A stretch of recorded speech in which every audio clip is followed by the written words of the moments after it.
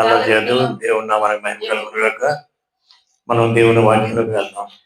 Numbers పడుతున్నాయిగా.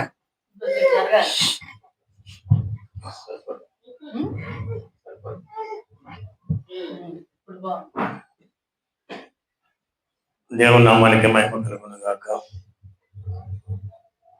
ప్రభువైన యేసుక్రీస్తు వారు ఈ లోకానికి ఎందుకు రావాలి, రావడానికి గల కారణం ఏంటి అనేది ఆలోచిస్తే సర్వ మానవాళి పాప పంకిలమైన జీవితంతో కొట్టుమిట్టాడుతున్నప్పుడు, అందరూ నశించిపోయే స్థితిలో ఉన్నప్పుడు,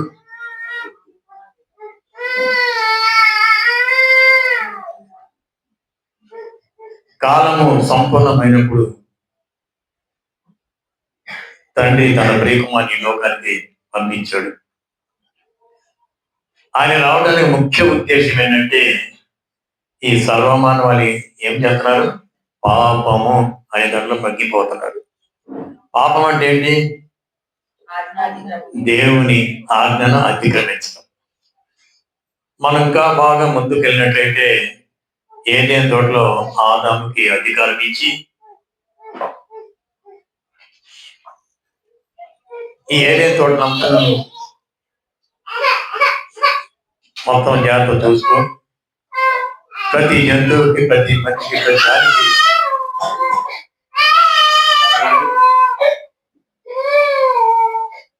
పేరు పెట్టే అధికారాన్ని, సమస్తం అధికారాన్ని దేవుడు ఆదాముకి ఇచ్చినప్పుడు, తినవద్దన్న ఫలాన్ని తిని పాపాన్ని పొందుకున్నట్టుగా మనం చూస్తున్నాం.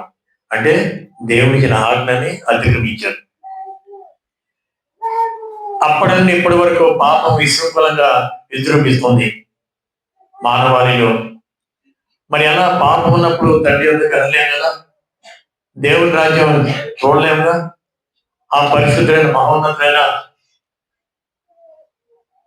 తండ్రి ఆ ధవళసింహాసనం కూర్చున్నప్పుడు మనం వెళ్ళి ఆయన దగ్గరికి వెళ్ళి స్తుతించలేముగా. అయితే జాలి కలిగిన తండ్రి తన బిడ్డలందరినీ తన దగ్గర తెలుసుకోవాలని ఒక ఆలోచన కలిగి ఉన్నాడు. ఎలా వస్తాం మనం? మనకేది పర్మిషన్ ఏది? అక్కడికి వెళ్ళాలంటే పరిశుద్ధత ఉండాలి, పవిత్రత ఉండాలి, నీతివంతమైన జీవితం ఉండాలి. అవి ఉన్నప్పుడు మాత్రమే పరలోకానికి వెళ్తాం, ఆ నిత్య నివాసంలోకి వెళ్తాం. మరి ఈ పరిశుద్ధత, పవిత్రత ఎలా వస్తుంది మనకి? పాపంతో ఉన్నారు కదా మానవుడు. అందుకని తన ప్రియకుమార్ని ఈ లోకానికి పంపించాడు. రక్త ప్రోక్షణం, పాప పరిహారం అనే ఒక విధానాన్ని బట్టి పరిశుద్ధుని రక్తం ఎక్కడ చెందబడుతుందో అక్కడ పాప విమోచన జరుగుతుంది. ఈ పాప విమోచన జరగాలంటే తన ప్రియకుమారుని ప్రభువుని యేసుక్రీస్తు ఈ లోకానికి రావాలి. ఆ ఉద్దేశంతో తండ్రి తన ప్రియకుమారుడైన ప్రభువుని యేసుక్రీస్తుని ఈ లోకానికి పంపించాడు. ఆయన ఉద్భవించిన, జన్మించిన దినమే క్రిస్మస్ అంటే అందరూ సామూహికంగా కూర్చొని క్రైస్ట్ మాస్ అంటే అందరూ సామూహికంగా కూర్చి దేవుని స్తుతించి ఆరాధించడం. అది క్రిస్మస్ లో ఒక విధానం అయిపోయింది. ఇది ఇక్కడ ఈ పిడుగురాల్లోనో లేక ఈ పల్నాడు ప్రాంతంలో లేక ఆంధ్ర రాష్ట్రంలో, భారతదేశంలో కాదు, ప్రపంచమంతా కొనియాడుకునే గొప్ప పండుగ క్రిస్మస్. అవునా కాదు? సరే, ప్రభువైన యేసుక్రీస్తు వారు ఈ మెయిన్ కాన్సెప్ట్ దాన్ని రావడానికంటే పాపును రక్షించుటకు క్రీస్తు యేసు లోకమునకు వచ్చెను. దేనికంటే వచ్చింది? పాపం. ఈ పాపం ఎలా ఉంది? అపవాది ఈ మానవుని ఎలా పాపంలో పడేస్తున్నాడు? ఎలా పడేస్తున్నాడు పాపంలో? ఆయన చేయబోతున్న పనిని చేయమంటాం, ఆయన వాక్యానికి విరుద్ధంగా నడుచుకోవడం, లోకపరమైన విషయాలు తలదూర్చి శరీరేచ్ఛలో, నేత్రాసులు, జ్ఞాపకములు వెళ్ళిపోయి దేవునికి వ్యతిరేకమైన జీవితం గడుపుతూ పాపంలో బ్రతికిపోతున్నాడు ఈ నరుడు. అందుకే ఈ సమస్త మానవాలను రక్షించడానికి, పాపులను రక్షించడానికి క్రీస్తు యేసు ఈ లోకమునకు వచ్చెను. తిమోతి రాసిన మొదటి పత్రిక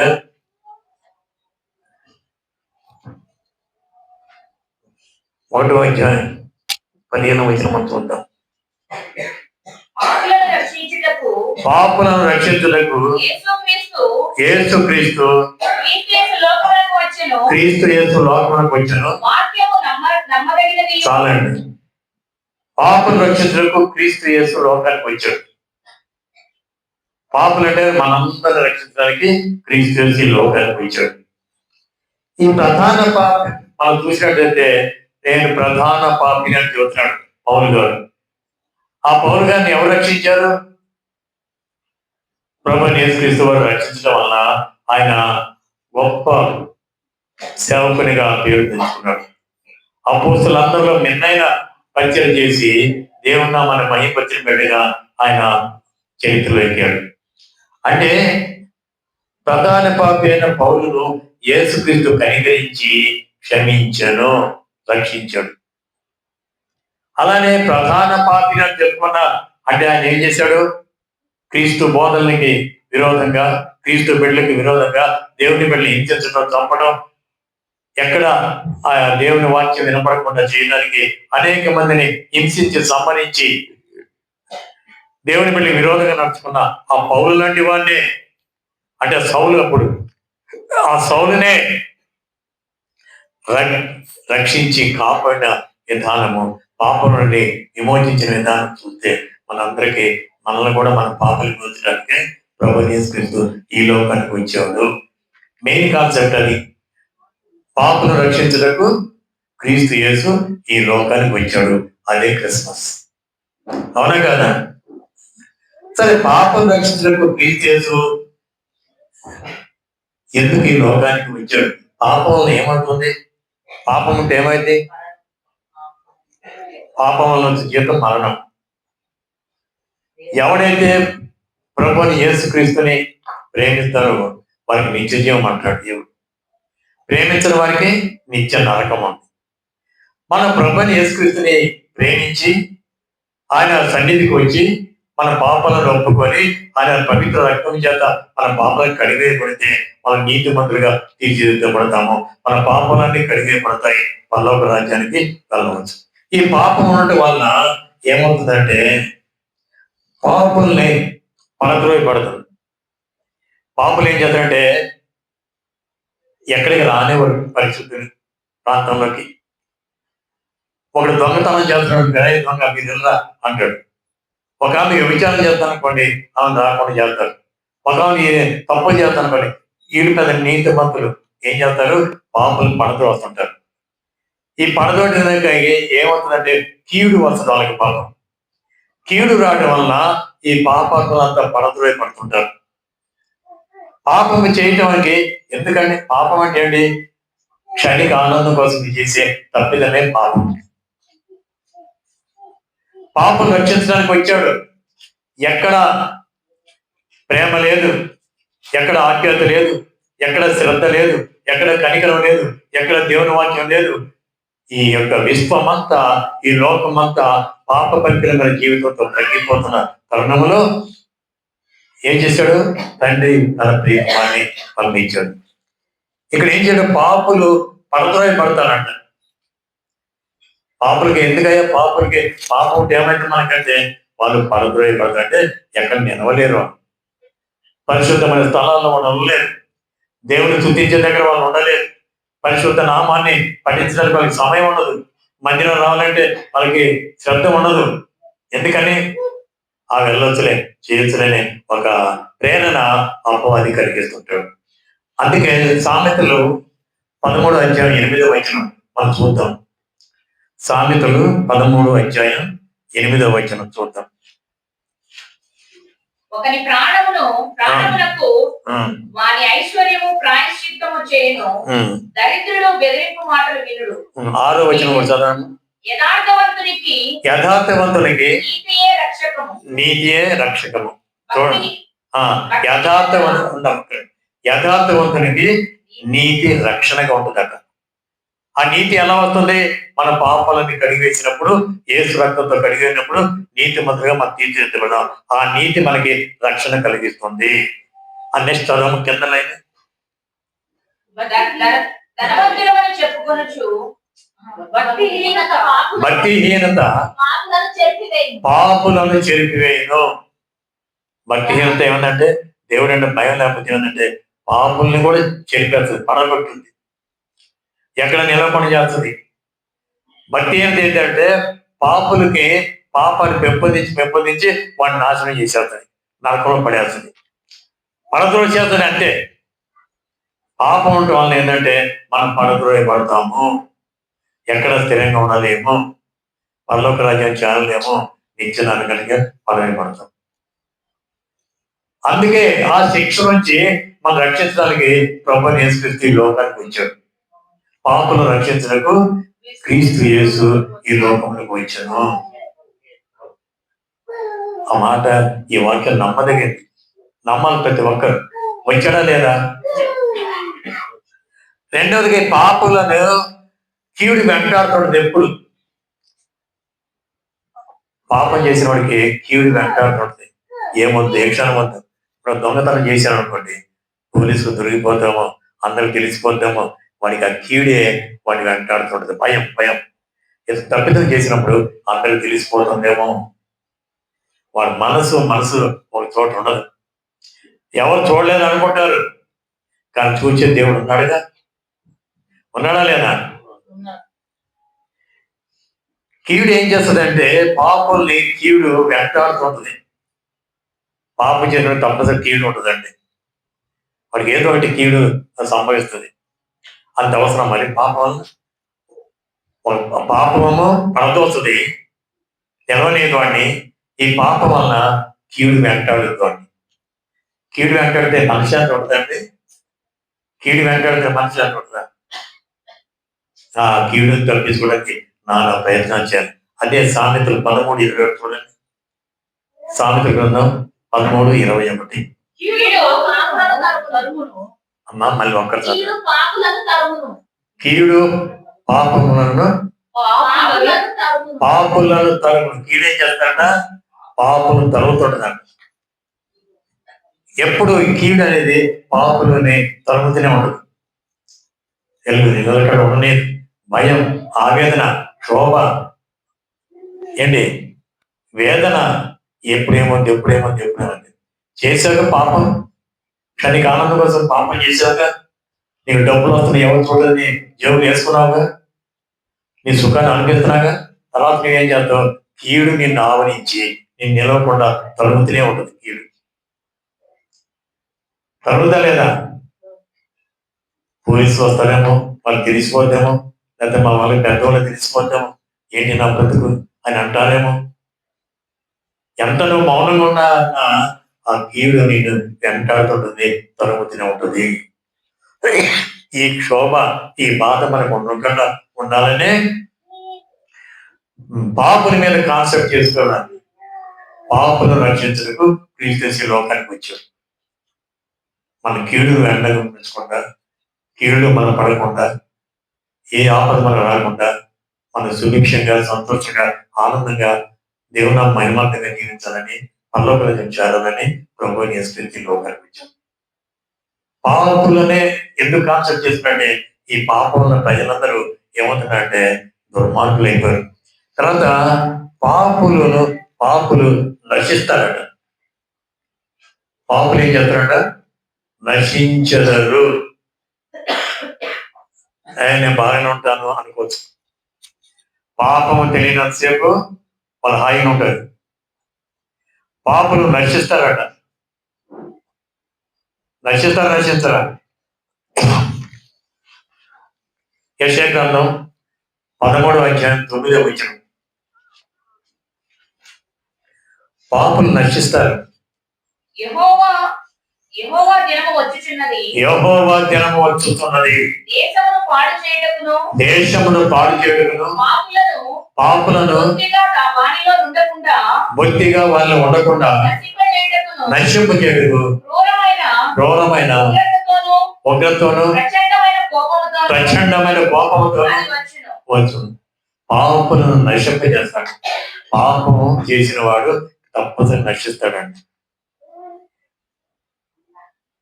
ఆ పాపం ఎవరు తెలియదని చెప్పి హాయిగా ఉండొచ్చు, సంతోషం ఉండొచ్చు. ప్రభువుని యేసుక్రీస్తు ఎందుకు వచ్చాడు? అలాంటి వారిని రక్షించడానికి.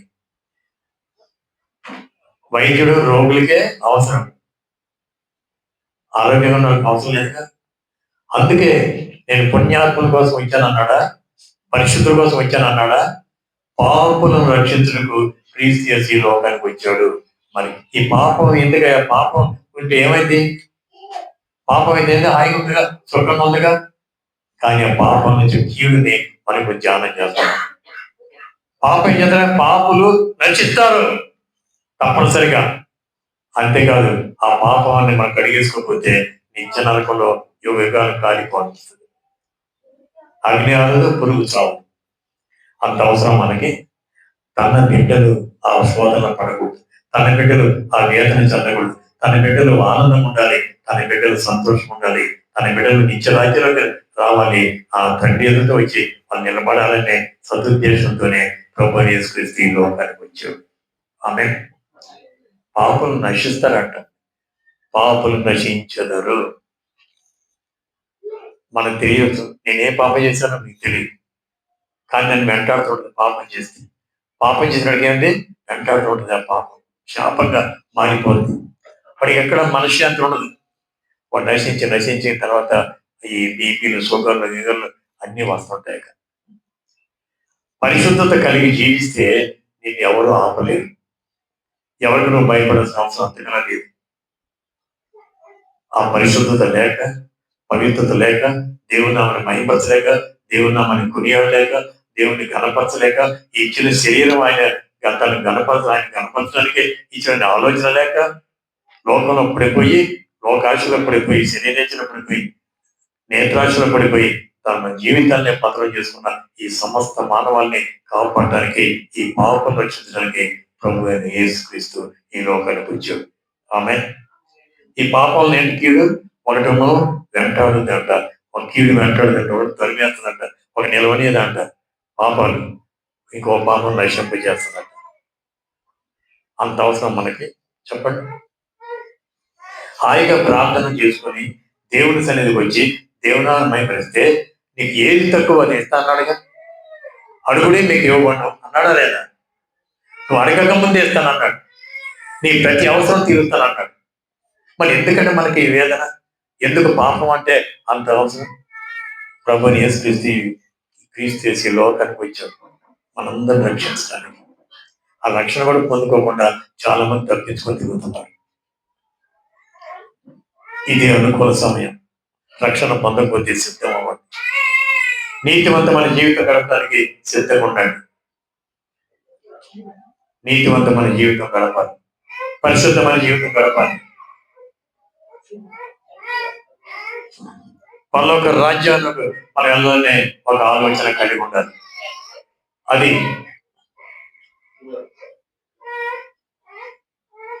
కాబట్టి పాపులను భూమి మీద నుండి లయమగుదురు. పాపులు ఏమవుతారంట? భూమి మీద నుండి లయమవుతారంట.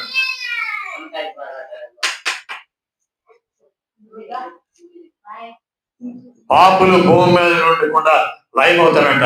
ఏ క్షణం ఏమైపోతారో తెలియదు, ఎక్కడ నశించిపోతారో తెలియదు. ఉండి ఉంటారు హఠత్తుగా ఏదో అయిపోతుంటే నశించిపోతారు. ఏమైందిరా వాడికి? ఏమన్నాయా తెలియదు. నువ్వు పుణ్యకారాలు చేసి దేవుడు నమ్ముకొని దేవుడి సన్నిధికి వచ్చి ప్రార్థించుకుంటే ఎటువంటి ప్రమాదాలు నుంచి దేవుడు నేను కాపాడతాడు. పాపులకేంది? ఎప్పుడు ఆ యొక్క నాశనము ఎదురు చూస్తూ ఉంటుంది. పాపుల్ని భూమి మీద ఉండకుండా లయం చేస్తారండి, లయమైపోతారు. లయం అవటం అంటే కనపడకుండా పోతాడు. ఏంట్రా వాడు ఎక్కడ పోయాడు? మొన్న ఉన్నాడు అంటే మొన్న ఏదో అయిందంట వాడికి. అవునా? అవును, వాడికి అవుతురా. ఎందుకని? పాపలను కొట్టుమిట్టాడుతున్నవాడు.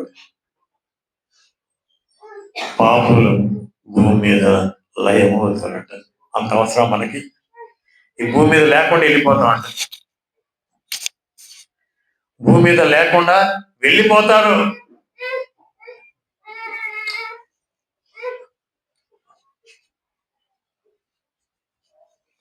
పాపులు భూమి మీద నుండి లయము. కీర్తన 104 కీర్తన 35 వచనం మనం చదువుకున్నాం. జాగ్రత్తగా వినండి ఈ మాటలు. వాడేదో చెబుతాడని కాదు, మన జీవితాలు సరిచేసే మాటలు ఇవి. పాపులు వాక్యం. భూమి మీద నుండి లయమగుదురు గాక. పాపులు భూమి మీద నుండి లయమగుదురు గాక. భక్తిహీనులు ఉండకపోదురు గాక. ఆ? భక్తిహీనులు ఇక భక్తిహీనులు ఇక మీద ఉండకూడదు గాక. నా ప్రాణమా నా ప్రాణమా యెహోవాను సన్నతించుము. యెహోవాను సన్నిధించుము. యెహోవాను స్తుతించుడి. యెహోవాను స్తుతించుడి. చూడండి, పాపులు ఈ భూమి మీద ఉండకుండా లయమగుదురు గాక. చూడండి ఎంత మాట్లాడలేదు. పాపం వలన వచ్చే జీవితం ఏంది? మరణం. లయమైపోతారటండి. అంత అవసరం. హాయిగా సంతోషం. పాపం చేసిన హాయిగా ఉంటుంది. దొంగతనం చేసిన డబ్బులు వస్తాయి. ఇంకేదో సుఖ కోరికలకి సుఖానుభవాలకు వెళ్తే ఆనందంగా ఉంటుంది. ఇంకేదో చేస్తే ఇంకా ఆనందంగా ఉంటుంది. ఈ దీని వెనక ఏడుపు దాగి ఉంటుంది. జాగ్రత్త. నువ్వు నవ్వుతూ చేసే పాపం వెనక ఏడుపు దాగి ఉంటుంది. అందుకే క్రీస్తు ఈ లోకానికి వచ్చాడమ్మ, మనందరికి ఆనందం ఇవ్వడానికి.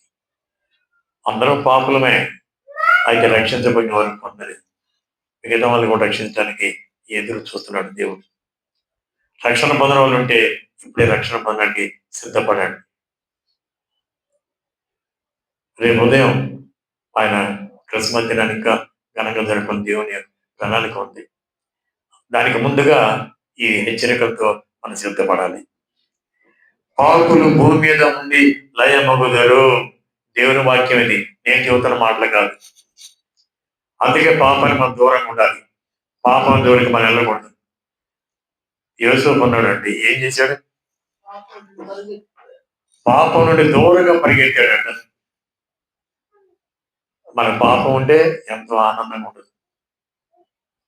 పాపం సుఖం ఉందగా. ఆ పోతేపుడు భార్య, ఈ యవనస్తుడు సౌందర్యవంతుడు ఒంటరిగా ఉంటున్నాడు, ఇంట్లో ఉండేది వాళ్ళిద్దరే, ఎవరు చూడలేదు బాబు, అలా మన ఇద్దరు సుఖాన్ని అనిపిద్దాం అంటే గుండె పగిలిపోయింది యేసుకి. ఎందుకంటే దేవుడు తోడుగా ఉన్నాడుగా, దేవుని నమ్ముకొని ఉన్నాడుగా, దేవుని అంత భయభక్తులు కలిగి జీవిస్తున్నాడుగా. ఎలా పాపం చేస్తాడు? ఆమె పట్టుకునే వస్త్రం పట్టుకుని లాగుతున్న ఆ వస్త్రాన్ని వదిలేసి పారిపోయాడు పాపం దూరంగా. అందుకే ఆయన ప్రధానమంత్రిగా ఐగుప్తు దేశానికి ప్రధానమంత్రి చేశాడు దేవుడు. ఎప్పుడైతే నువ్వు పాపాన్ని దూరంగా ఉంటావో నేను ఉన్న స్థానిస్తాడు దేవుడు. ప్రతి కీడు నుంచి నేను తప్పిస్తుంటాడు, ఆపదను తప్పిస్తాడు, యాక్సిడెంట్ తప్పిస్తాడు, ప్రమాదకర పరిస్థితులను తప్పిస్తాడు, అప్పుల నుంచి తప్పిస్తాడు, సమస్తం నుంచి తప్పించి నీకు ఉన్న స్థానం ఇవ్వడానికి దేవుడి సిద్ధంగా ఉంటాడు. పాపతులతో లయమవుతాడంట. పాపాలు చేసేవాళ్ళు ఈ భూమి మీద ఉండకుండా వెళ్ళిపోతారు, లయమవుతారంట. అంత కర్మ మనకి ఎందుకండి? దేవుని మందిరం ఉంది, దేవుని వాక్యం ఉంది, ప్రార్థన ఉంది. ఈ ఒక్క కొద్దిసేపు కూడా మనం దేవుని ధ్యానించుకోలేమా? మోకాల నుంచి ప్రార్థన చేసుకోలేమా? మన ప్రార్థన ఆలకించే దేవుడు మనకి ఉన్న స్థానం ఇస్తానన్నాడుగా.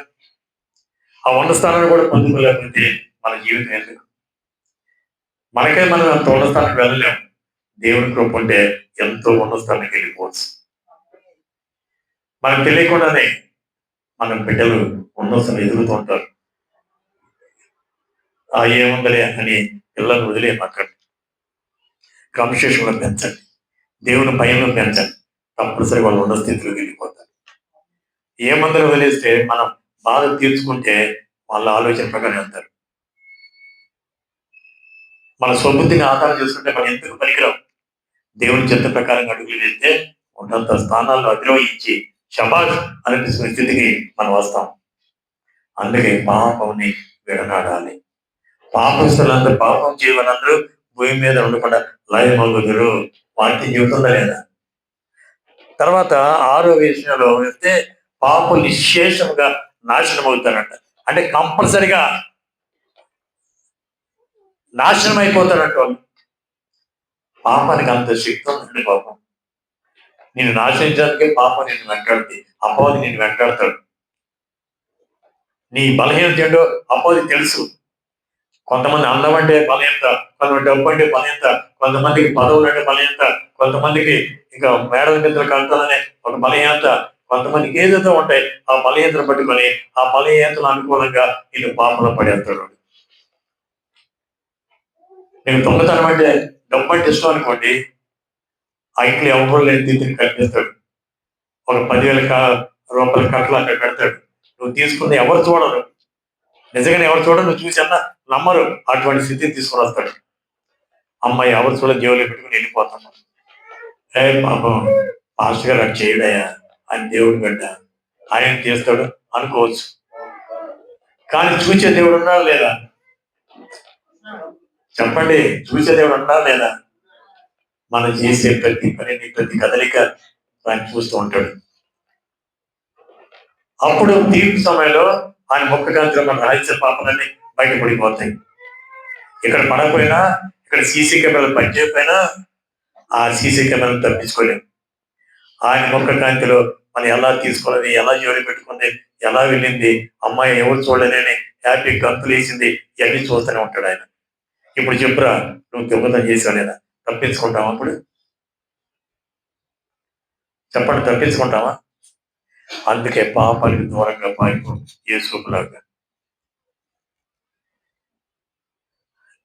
మరి అలా పారిపోయినందుకు ఆయనకి పనిష్మెంట్ వచ్చిందా? ఆమె తప్పుడు పెట్టి నన్ను ఏదో చేయబడి ఒక నింద మోపి జైల్లో కూడా పెట్టించింది అమ్మగారు. అలాంటి శోధన కూడా వస్తే మనకి, నీతి నిజాయితీగా ఉంటే, మన యథార్థంగా ఉంటే ఈ యొక్క లేని పుణ్యాన్ని కల్పించి మనల్ని దోషులుగా చిత్రీకరిస్తాడు. మన దగ్గర ఏ తప్పు లేనప్పుడు ఎవరికి మనం భయపడాల్సిన అవసరం లేదు. క్రీస్తు యేసు మనలో ఉన్నాడు, దేవుని వాక్యం మనలో ఉన్నది, పరిశుద్ధత మనలో ఉన్నది. మనం ఎవరికి భయపడని పని లేదు. పాపులను నిశ్శేషముగా నాశనమవుతారంట. యెషయా గ్రంథం 1వ అధ్యాయం రాసి ఉంటుంది, ఫస్ట్ పేజీలో. యెషయా గ్రంథం 1వ అధ్యాయం 28వ వచనం. ఇక్కడ ముందొచ్చి కూర్చోండమ్మా. అతిక్రమం చేయవారు పాపులు నిశ్శేషముగా నాశనమవుతారు. అతిక్రమం చేయవారు. అతిక్రమం అంటే ఎవరు? క్రమం లేని వాళ్ళు, దేవుని విరోధంగా నడుచుకునేవాళ్ళు, దేవుని భయం లేని వాళ్ళు. అనుకోవచ్చు కుర్రాళ్ళు, ఎవరు చదువుతాడో పదండి వెళ్దాం పదాన్ని బొల్లేసుకుని దగ్గర తిరగచ్చు. ఏదో తప్పు చేసి వచ్చి ఇంట్లో మళ్ళీ కాముగా ఉంటారు. తప్పనిసరిగా దానికి శిక్ష ఉంటుంది. పోలీసులు ఒకరు పట్టుకోపోవచ్చు, తల్లిదండ్రులు పట్టించుకోపోవచ్చు, కానీ దేవుడు పట్టించుకుంటాడు. వాళ్ళు నిశ్శేషంగా నాశనం చేస్తాడు దేవుడు. నిశ్శేషం అంటే కంపల్సరిగా, తప్పనిసరిగా వాడు ఎక్కడ తప్పించుకోలేరు. వాళ్ళు పాపం చేసిన వాళ్ళు definitely they will be destroyed. అంత అవసరం మనకి చెప్పండి. దేవుడు ఎంతో కొంతమందికి ఆరోగ్యం ఇచ్చాడు, ఈ ఉద్యోగాలు ఇచ్చాడు, ఆకలి తీరుస్తున్నాడు, మంచి బట్టలు ఇస్తున్నాడు. ఇక మనకి ఎందుకండి? ఏది కావాలంటే అది ఇచ్చాడు. దానికి నేను ఉన్నాను బాబు, అడుగుడు మీకు ఏమన్నా అంటున్నాడు. మందిరకు వచ్చి ప్రార్థన చేసుకుని అడిగితే నీ ప్రార్థన ఆలోచించి దేవుడు నీ సమస్త కోరికలు తీరుస్తాడు. ఆనందంగా నీ ప్రతి అవసరం తీరుస్తాడు. అటువంటి దేవుని విడిచిపెట్టి లోకం చూసామంటే పాపంలో పడిపోయినట్లు లెక్క. ఒకటి దేవుడు, రెండు లోకం. ఏది కావాలి మనకి? Which is better to succeed our life? మన జీవితం విజయవంతంగా సాగాలంటే, సంతోషంగా సాగాలంటే ఏది కావాలి? ప్రభువు కావాలా, లోకం కావాలా? లోకం కావాలా? దేవుని అనుష్కరం ఆరాధించండి, గుండెల్లో పెట్టుకోండి. వాక్యం అంటే ఎవరు? కృపా సత్య సంపూర్ణంగా మన మధ్యకి వచ్చాడు, శరీరధారి అయి. ఆ వాక్యమే శరీరధారిగా వచ్చాడు. ఆ వాక్యం అంటే ఎవరు? క్రీస్తు. ఆ వాక్యాన్ని మన గుండెలో పెట్టుకుంటే క్రీస్తుని పెట్టుకున్నట్టే. ఎవరైతే క్రీస్తు చేసుకుని ప్రేమిస్తారో వారికి సమస్తం సమకూరుస్తాడు దేవుడు. ఇంకెందుకు భయం మనకి? మనం చేయాల్సిందల్లా వాక్యాన్ని గుండెలో పెట్టుకో, గుండెలు ఎప్పుడు ధ్యానం చేసుకో, ఆ వాక్యాలను నడుచుకో. నా మాటలు, నా ఆజ్ఞలు, నా కట్టలు అనుసరించి జీవిస్తే నేను ఉన్న స్థానంలో అసలు పట్టజలంత ఆశీర్వాదాలు కృప కొమ్మనిస్తాను అంటున్నాడు దేవుడు. అటువంటి భయంకర స్థితి నుంచి ఉన్న పాపిష్టికరమైన జీవితంతో రొంగిపోతాను తన బిడ్డల్ని కాపాడటానికి పాపం రక్షించడానికి క్రీస్తు యేసు ఈ లోకానికి వచ్చాడు. రేపు ఉదయం అదే మనం చెప్పుకోబోతున్నాం. నిశ్శేషముగా నాశనం అవుతారండి. నిశ్శేషం అంటే కంపల్సరీ నో ఆప్షన్. తర్వాత ఈ పాపం చేసిన వాడికి దిగులు ఎక్కువైంది. ఎందుకు చెప్పండి? పాపులు దిగులు పడతారంట. ఏముందో ఏమో తెలిసిపోద్దేమో. ఇప్పుడు అనుభవించారా అలాంటి? ఒక తప్పు చేసినప్పుడు పాపం తప్పే, ఆజ్ఞ అతిక్రమం పాపం. నా ఆజ్ఞ నా కట్టలు నడుచు జీవించు అంటాడు. అది వినకపోతే, ఆజ్ఞలు మనం అనుసరించకపోతే, ఆ కట్టలు మనం జాగ్రత్తగా అనుసరించకపోతే పాపం చేసినట్టే. పాపం చేసిన వాడు ఏ చిన్న తప్పు చేయని వాడికి దిగులు పెట్టుకుంటుంది. తెలిసిపోద్దాము, నేను డబ్బులు తీసినట్టుగా తెలిసిపోద్దాము, నేను అక్కడ తప్పు చేసినట్టుగా తెలిసిపోద్దాము, అక్కడ నేను మందు కొట్టినట్టుగా తెలిసిపోద్దాము, నేను ఇక్కడ వేసే వేషాలన్నీ తెలిసిపోతాయేమో. ఈ దిగులు ఎక్కువైంది వాడికి. ఏంటి అక్కడ ఉన్నావు, మన రోజు బాగానే ఉన్నాక ఏంటి నీ మాకు అట్లా ఉంది, ఏంటి ఆలోచిస్తున్నావు అంటారు మనం.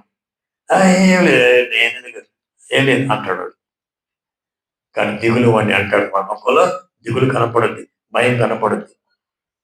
ఎంతలో కనిపించుకొని చూసినా తప్పు చేసి నేను పవిత్రుడిని అనుకోవాలన్నా మన ముఖ కవళికలు అర్థమైతే కొంచెం జ్ఞానం కలిగిన వాళ్ళకి ఆటోమేటికలీ మన పరిస్థితిని దేవుడు గమనిస్తాడు.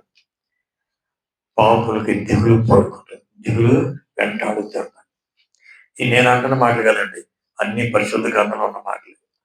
చూడండి, యెషయా గ్రంథం 33:14.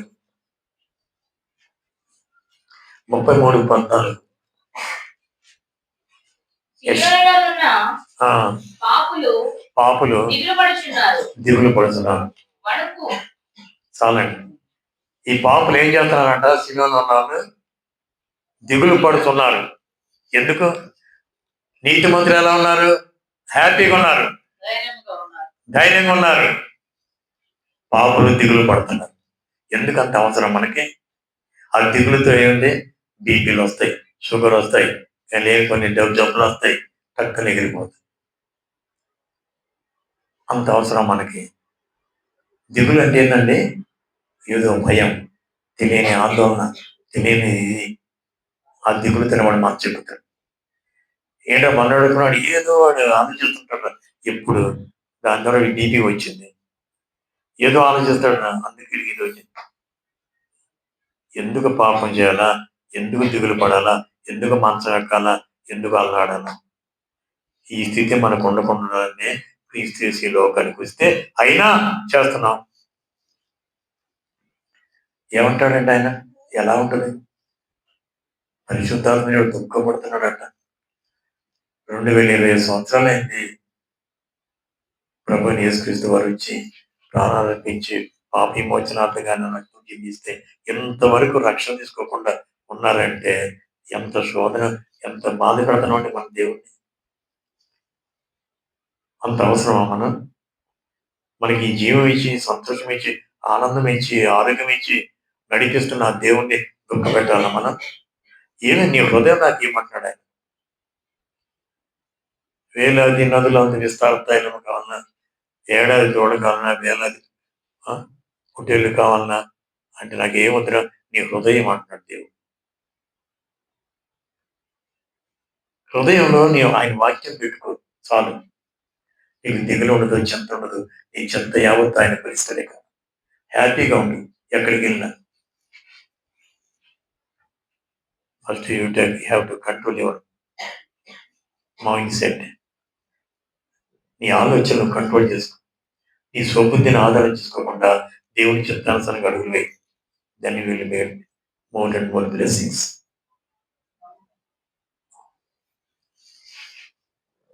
పాపులను కళ్ళు ఎత్తుడికైనా ధైర్యం సాగుతాడు. పాపులకి తప్పు చేసిన వాడు ఎప్పుడు తలంచుకొని ఉంటాడు. క్లాస్కి వెళ్ళి అనుకోండి, హోంవర్క్ చెబుతాడు, ఎలా ఉంటాడు అంటాడు, భయం నన్ను ఎక్కిస్తాడేమో. అలా నేను ప్రాజెక్ట్ వర్క్ ఉంటుంది చేయలేదనుకోండి, లేకపోతే ఇంట్లో తల్లిదండ్రులు మాట చెప్తే చేయకుండా అంత వేషాలు వేసి వచ్చామనుకోండి, తెలిసిపోతున్నాను అదే అనేది వాడి కన్నుండి ఎత్తడానికి కూడా భయపడతాడంట పాప తప్పు చేసినవాడు. ఇంత క్లియర్ గా లోకాసు వార్తలో 18వ అధ్యాయం 13వ వచనం చూద్దాం. 18వ అధ్యాయం లోకాసు వార్త 13వ వచనం. పాపులు కన్నులెత్తుడి కానీ ధైర్యం లేని వారిగా మారిపోతారు. అయితే సుంకరి దూరముగా నిల్చుండి ఆకాశం వైపు కన్నులెత్తు ధైర్యం రొమ్ము కొట్టుకొని దేవా పాపిని అనుకరించు. పాపాన్ని ఒప్పుకున్నాడు ఆయన. ధైర్యం చాలా కళ్ళెత్తని కూడా. పాపులు కళ్ళెత్తుడు కానీ ధైర్యం లేక రొమ్ము కట్టుకుని పశ్చాత్తాపడతాడు. ఆ పశ్చాత్తాపడు దేవుడు నీకు ఉండస్తాను ఇస్తాడు, పాపాలు కడిగేస్తాడు. కన్నులు ఎత్తుకైనా ధైర్యం చాలక దేవా నా పాపలు క్షమించమని ఆ సుంకరి రొమ్ములు కొట్టుకొని ప్రార్థన చేస్తున్నాడు. చూడండి, పాపులకి కన్నులెత్తడం కూడా ధైర్యం చాలు. ధైర్యంగా మాట్లాడడానికి చూసావులా నీ సమ్మడం అంటారు, చూసావులా నీ బ్రతుకు, ఎవరు చెబుతున్నారా నువ్వు, నీ వేషాలు నాకు తెలియదా అంటారు. అంటారా అనరా? మనమే అంటాం ఏమన్నా. కాబట్టి చాలా జాగ్రత్తగా మన దేవుని ఆజ్ఞను అనుసరించి ప్రార్థన చేసుకొని ఆయన నామాన్ని మహిమపరుస్తుంటే దేవుడు ఎక్కడ లేని ఆశీర్వాదాలు మనకిస్తాడు. ఈ రోజు నుంచి దేవుడు మనందరినీ దీవించడానికి సిద్ధంగా ఉన్నాడు. ఆ పాప నుండి మనం విడుదల కలిగించి పవిత్రమైన పరిశుద్ధమైన మార్గం నడుపుతూ ఉన్నత ప్రతి అవసరం తీర్చి మనకి ఆనందాన్ని సంతోషాన్ని ఇవ్వడానికి ఆయన సిద్ధంగా ఉన్నాడు. We have to get the blessings. ఆ ఆశీర్వాదం మనం పొందుకోవాలంటే దేవుడు ఈరోజు మనం పిలిచాడు ఇక్కడికి. పాపులు దేవుడు అనుగ్రహించిన మహిమను పొందలేకపోతున్నారు. మనందరం పాపం చేసి దేవుడు అనుగ్రహించు మహిమను పొందలేకపోయాం. అవునా కాదా? లోకాసు వార్త 18:13 చూడండి. కన్నులు ఎత్తుకుని చదివాగా దాకా రోమా 3:23 చూడమా. రోమా పత్రిక అపోస్తలుల పత్రిక 3వ అధ్యాయం 23వ వచనం. ఏ భేదము లేదు, అందరూ పాపం చేసి దేవుడు అనుగ్రహించే మహిమను పొందలేకపోతున్నారు. పాపులు దేవుడు అనుగ్రహించే మహిమను పొందుకోలేరు. మహిమ అంటే ఆశీర్వాదాలు. మహిమ అంటే ఏంటి? దేవుని మహిమ అంటే బ్లెస్సింగ్స్. ఆయన ఇచ్చే ఆశీర్వాదాలు పొందుకోలేము. ఎందుకు? పాపం ఉందగా, తప్పులు చేస్తున్నావుగా, దేవుని భయం లేదుగా, దేవుని నువ్వు స్తుతించలేదుగా, ఆరాధించలేదుగా, లోకంలో పడిపోయి లోకాశలో పడిపోతే ఎట్లా నీకు దేవుడు మెచ్చుతాడండి? దేవుడు అనుగ్రహించే మహిమ ఆశీర్వాదాలు నీకు ఎలా వస్తాయి? దేవుడు అనుగ్రహించే మహిమను పాపులు పొందుకోలేరు. ఏ భేదం లేదు, అందరూ పాపం చేశాం, అయితే పవిత్ర అని చెప్పుకోవడం కాదు. అయితే రక్షణ పొందిన వీళ్ళు ధైర్యంగా ఉంటారు. ధైర్యంగా ఉండాలి. తిరిగి పాపన పడిపోతే వాడికి ఈ యుగం మంది అయినా రాబోయే పాప క్షమాపణ లేదు. ఈ రక్షణ ఇచ్చి మనందరికీ ఆనందాన్ని ఇవ్వడానికే క్రీస్తు చేసి లోకానికి వచ్చాడు. పండగ, ప్రపంచం అంతా పండుగ. మన ఫేస్బుక్ చూసి ఇంకా చూస్తే పెద్ద పెద్ద అలంకారాలు అంటారు పెద్దలు. ఇంట్లో ఇంటి పైన స్టార్, ఇంట్లో బార్. తప్పది. మన కొద్దిగా జీవితం వదిలేద్దాం. ఈ రోజు నుంచి మన తప్పిదంలో ఎవరు చూస్తుంటే క్రీస్తు యేసు ఎదుట ఒప్పుకొని లోకం వైపు చూడకుండా దేవుని వైపు చూద్దాం కాక. ఆమె నాన్న కొద్దిగా ఇది ఒప్పందం. ఇది క్షణిక ఆనందం. ఏముందండి అందులో? ఆ డబ్బులు వాళ్ళ దగ్గర 10,000 తీసుకుంటే నాకు ఏమనుకుంది చెప్పండి? ఆ కాసేపు సుఖం ఉంటుంది, తర్వాత అంతకంతగా బాధగా అనిపించాలి. అంతకంతకి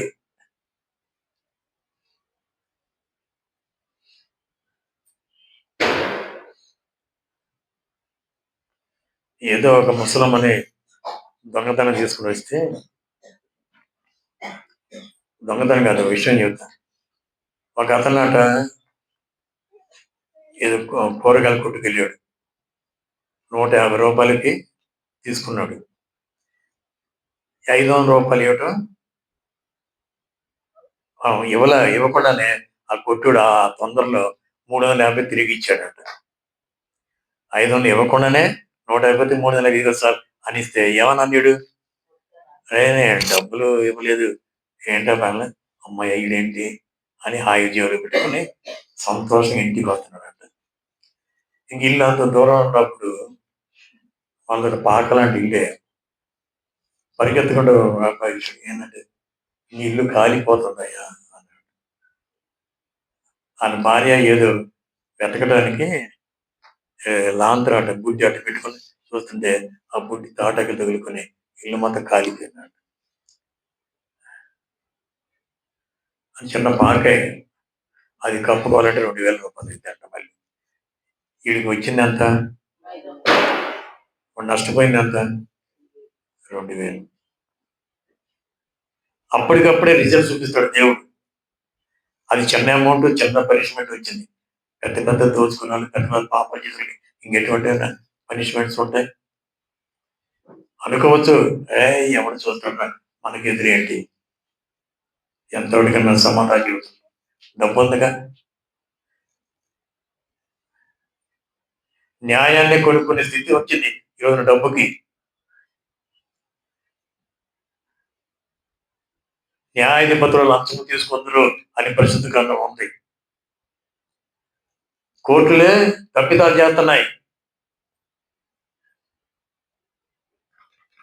యథార్థంగా కొంత ప్రయత్నం చేసిన లోకం ఉండలేదు, కానీ ఉండాలి. నీతిగా ఉండేవాడికి ఎన్నో అవమానాలు వస్తాయి, దేవుని బట్టికి ఎన్నో నిందలు వస్తాయి. వీడేంద్రా అని అంతకుముందు బతకలేక పడిపోతుంది అనేవాళ్ళు. ఇప్పుడు ఏమొచ్చిందంటే బతకలేక పాల్సాయని ఒక సామెతలు వస్తున్నాయి. రాని ఎన్ని నిందలు వస్తే అంత మేలు జరుగుతుంది మనకి. క్రైస్తవుడు అంటే నిందలు పడాలా, శోధన పడాలా, అప్పుడే దేవుని మహిమని మనం పొందుకుంటాం. అలా అని చెప్పి తప్పులు చేసి నిందలు పడ్డం కాదు, చేయకుండా నిందలు పడ్డం. ఏదో తప్పు చేసి అందరినీ తిడితే బాగుండు ఆశీర్వాదాలు అంటే, తప్పు చేస్తే పనిష్మెంట్ ఉంటుంది. అవునా? ఉంటుందా ఉండదా? పాపులు దేవుడు అనుగ్రహించు మహిమను పొందుకోలేరు. ఆమేన్. ఆ మహిమని, ఆశీర్వాదాలు, ఆనందాన్ని, సంతోషాన్ని, ఆ నిత్య జీవాన్ని, మనలో ఒక రాజ్యాన్ని మనం పొందుకోవాలంటే పాపం అనేది మనలో ఉండకూడదు. కడిగేసుకో. దావీదు గారు లాంటి పాపం చేస్తే పశ్చాత్తాపడి చివరికి దేవుడికి హృదయానుసారుడుగా మారిపోయాడు. ఆ పశ్చాత్తాపం ఉండాలి. నీతిమంతుడు ఒక్కడు లేడు. రోమపత్రికలో ఉంటుంది. అయితే దేవుడు తను ఉచితంగా అనుభవించిన రక్తం ద్వారా మన పాపాలను కడిగేసి మనం ఉచితంగా నీతిమంతులు చేస్తున్నాడు ఆయన. అది పొందుకోవాలిగా మనం. ఆ రక్తంతో మన పాపాలను కడిగేసుకోవాలిగా. అందుకే ఆయన వచ్చింది, ఉద్భవించింది పాప రక్షించుటకు యేసుక్రీస్తు లోకమునకు వచ్చాను. మరి రక్షణ పొందుకున్నావా? నీ పాపాలు కడిగేసుకుంటున్నావా? ఆయన ఎంత భయభక్తులుగా జీవిస్తున్నావా? ఆయన స్తుతించి ఆరాధిస్తున్నావా? ఆయన నామాన్ని మహిమపడుతున్నావా? లోకంలో పరిగెడుతున్నావా? పాపులు దేవుడు అనిపించే మహిమను పొందలేరు. ఇక లాస్ట్ గా పాపులకి పాతాళానికి వెళ్తారంట. పరలోకం ఉండదు వాళ్ళకి, నిత్య నరకమే. పాపులకు పాతాళమే శరణ్యము. నువ్వు ఒప్పుకో, పరలోకానికి వెళ్తావు. నీతిమంతుడు ఒక్కడు కూడా లేడు. ఎప్పుడైతే నీ పాపాలు ప్రభుని యేసుక్రీస్తు పాదాలు చెంతకొచ్చి ఒప్పుకొని ఆయన పరిశుద్ధ రక్షణ కడగబడి నువ్వు నీతిమంతుడిగా అవుతావు. పాతాలను నిన్నేం చేయలేదు. ఎన్ని 1000 పాతాలు వచ్చినా ఎడవ అంటావు. పరలోక రాజ్యం నాది అని సవాల్ చేసి వెళ్ళి ఆ రాజ్యం నువ్వు వెళ్తే వెంటనే వాళ్ళు తలుపులు తీసి నేను ఆహ్వానిస్తారు. పాపమే లేనప్పుడు. పాపులు పాతాళములకు వెళ్ళేందుకు యోబు గ్రంథం 24:19. యోబు గ్రంథం 24:19.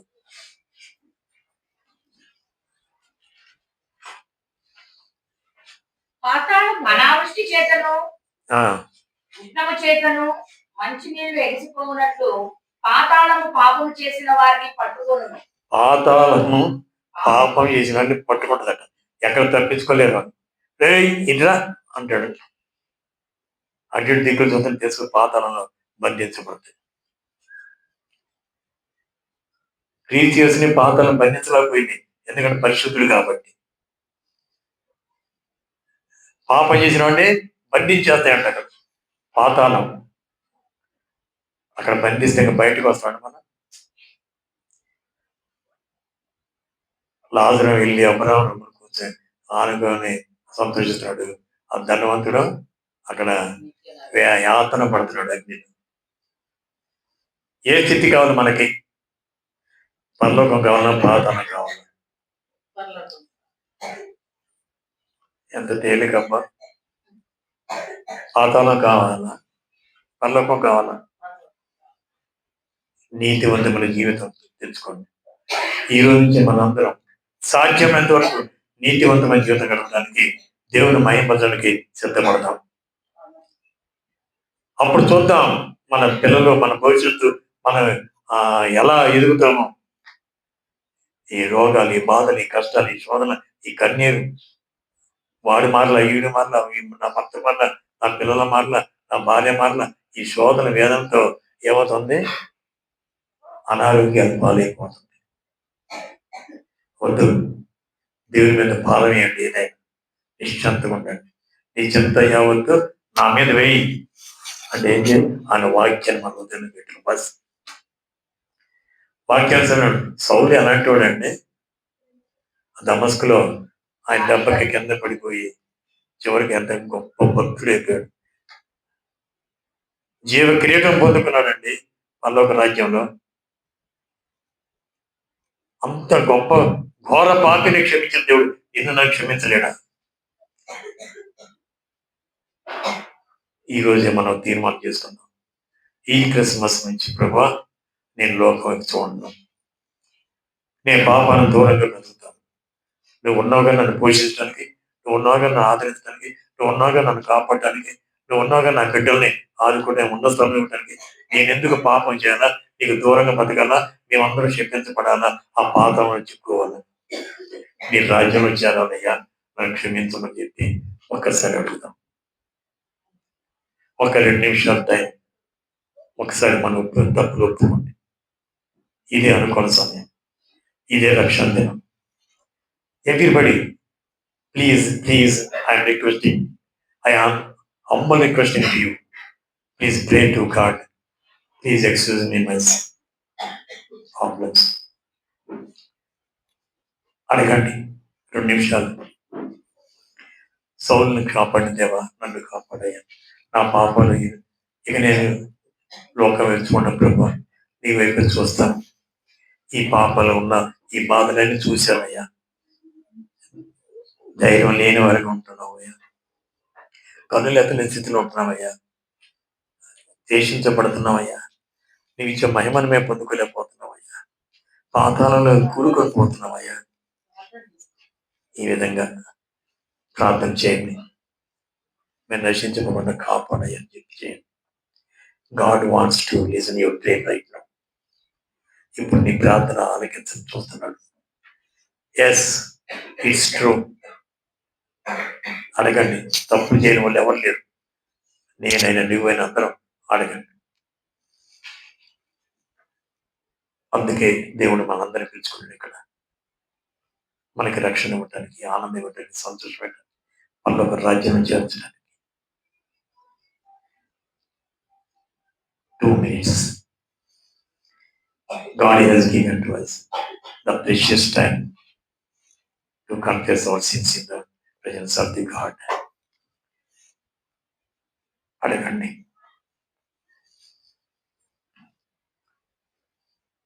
మహాపరిశుద్ధ జీవం గల దేవ, జీవాధిపతి, సర్వశక్తిగత నీకు వందనాలు.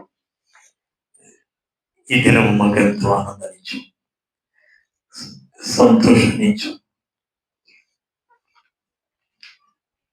పరలోక రాజ్యంలో చేర్చాలని, మేమందరం పాపలు విమోచించబడాలని, పాపలు రక్షించటకు క్రీస్తు యేసు ఈ లోకానికి వచ్చెను అనే వాక్యాన్ని బట్టి ఈ పాపం వల్ల వచ్చే ఈ కష్టాలు, ఈ శోధనలన్నీ మాకు తెలియపరిచామయ్యా.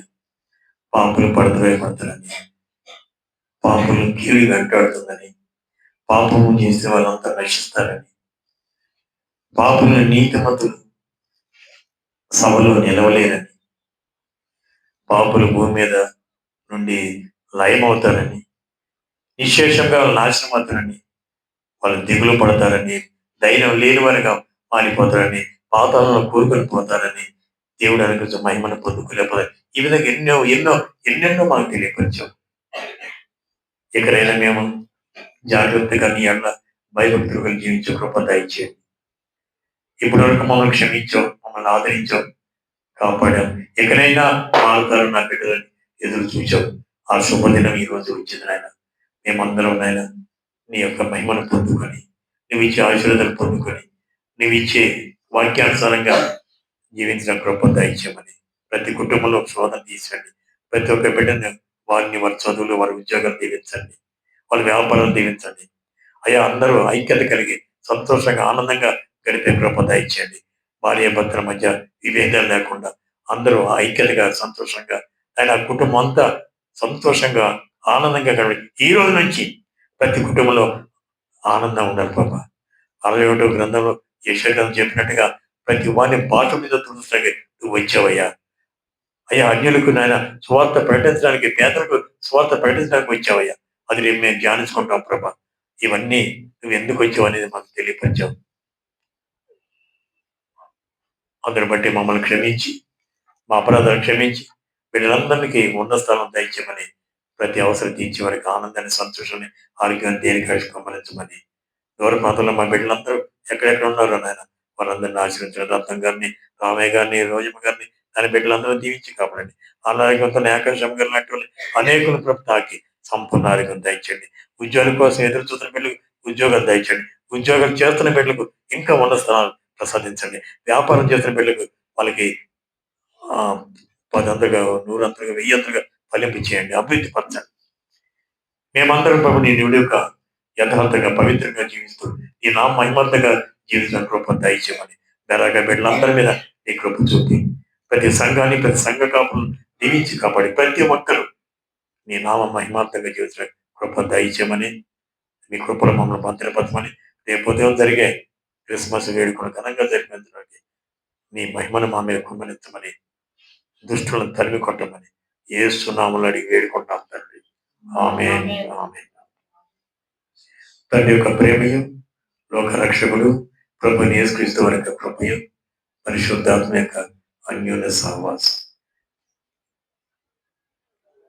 పాపను రక్షించడానికి క్రీస్తు యేసు లోపలికి వచ్చాడు. ఈ క్రిస్మస్ సందేశాన్ని మాకు వినిపించినందుకే మీ స్తోత్రం చేస్తాం. యేసు నామములో నాయన అడిగి వేడుకున్నామయ్యా. ప్రతి ఒక్కరిని మీరు ఎక్కడికైనా భద్రపరచండి ప్రభా. పరిశుద్ధులను దైవజనుడి